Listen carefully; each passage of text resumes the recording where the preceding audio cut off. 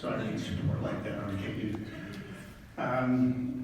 I can't tell you how honored I feel to be here with all of you. I don't know you all. I don't know you young guys in the back.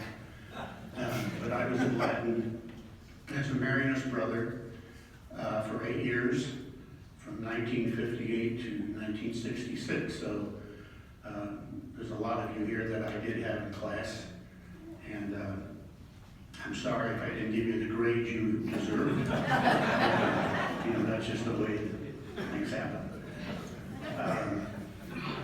I looked at those years, those 8 years. I'm now married, I have 2 daughters, I have grandchildren.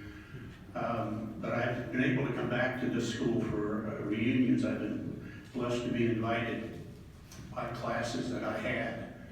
And I've come to every one I've had an invitation to. And it's to see you guys, to see you today, and to know this thing, this sign behind me is continuing on, even though there's not that building on 107th Street.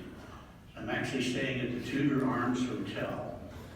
And if you know where that is, when I look out the window, I see a parking garage where the school was. That kind of hurts, I have to say. That kind of bothers me. But I tell, it's hard for me to explain to my wife and my daughters what the experience was like at Cathedral Latin, because I had another long career after that, much longer. But I've said so many times to friends of mine and to my family, those were 8 of the best years of my life. And they literally were. I think I kind of grew up. When Sam and his class came in 1958, that was my first year teaching. They had sent me out from college. I was 20 years old. I looked like I was 16, I think. I was much thinner at that time, I can also tell you that. But that 62 class was one that I've stayed kind of close to. They've stayed close to me over the years. So I felt like I grew up working there. I was fortunate to be athletic director for a while and to work with the athletes and also to teach, I think, Joe to correct, I think it was American history. I taught American history there also.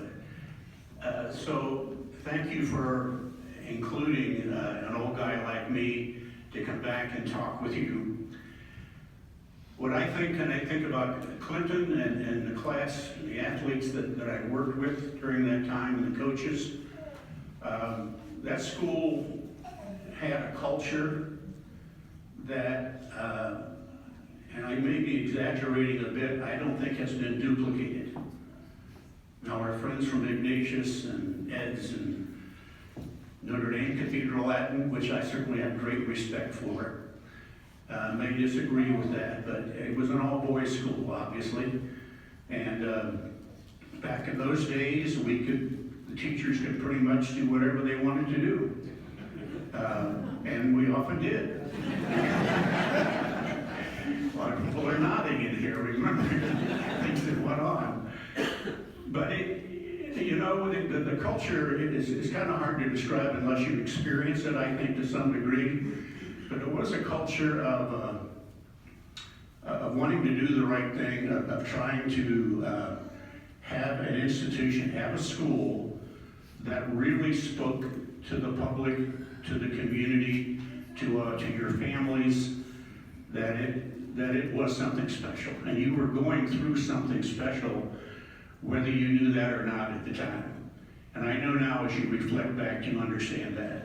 Sometimes it takes a while to really appreciate what we did experience during that time.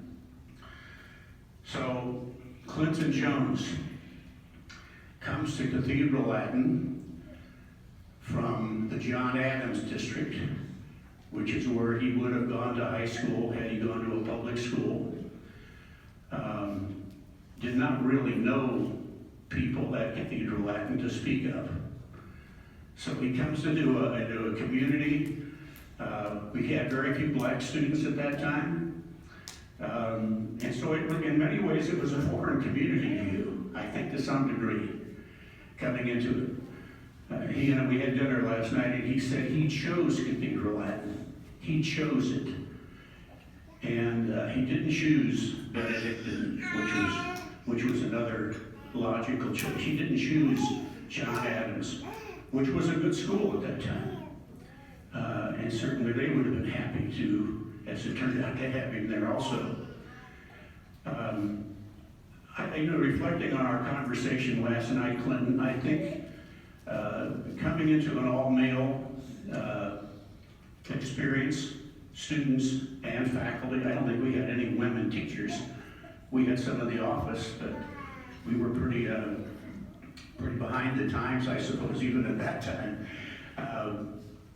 But I think the fact you got into that situation and dealt with males at your own age, and then also the faculty and staff and coaches that you work with, I've often thought it was a good thing for you at the time.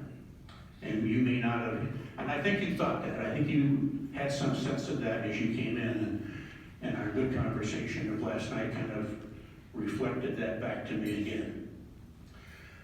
Clinton, and I may not get all this right, so you're going to be up next. You can correct anything I say that's not exactly accurate. Freshman year, you ran track, you played football. Did you play football the freshman year? Yes. Okay. Pete's not thanking you. But it took a while before you emerged to get to the level, which is true of everyone, on the athletic side. And when he finally emerged as a student athlete, as a football player, as a track runner, we had something really special at that school. And Michigan State had something special. And the Minnesota Vikings had something special. And the San Diego Chargers had something special. And I'm not only talking about your athletic ability. I always looked at you as an individual.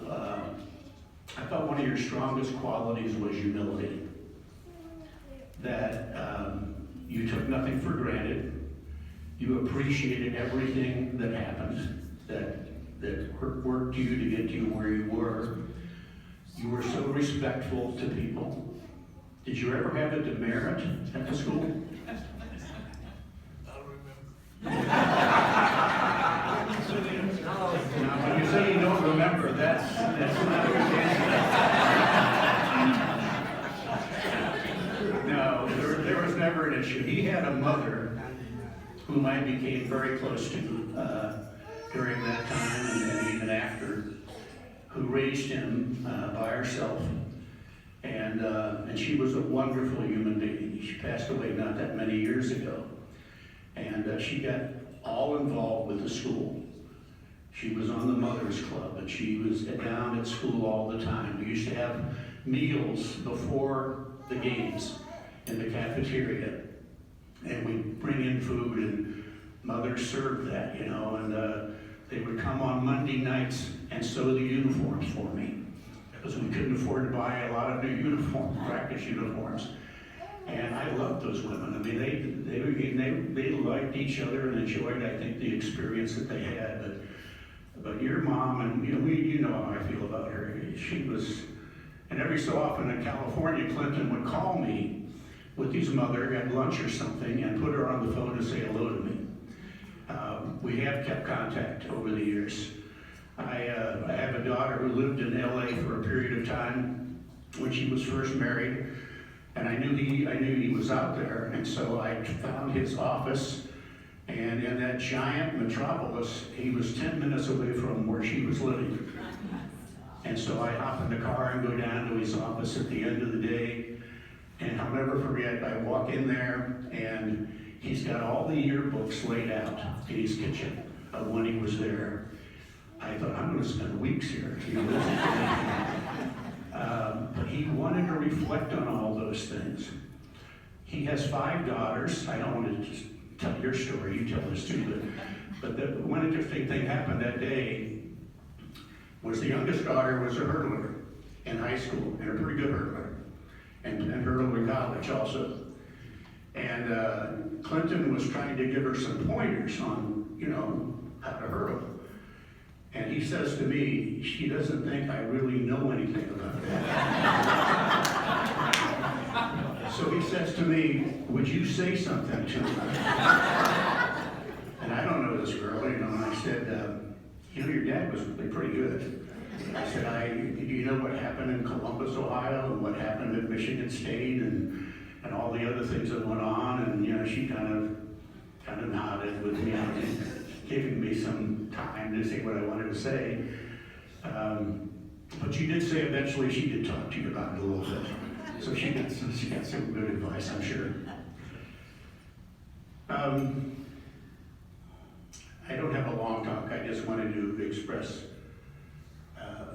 my friendship for Clinton and now Rosalie.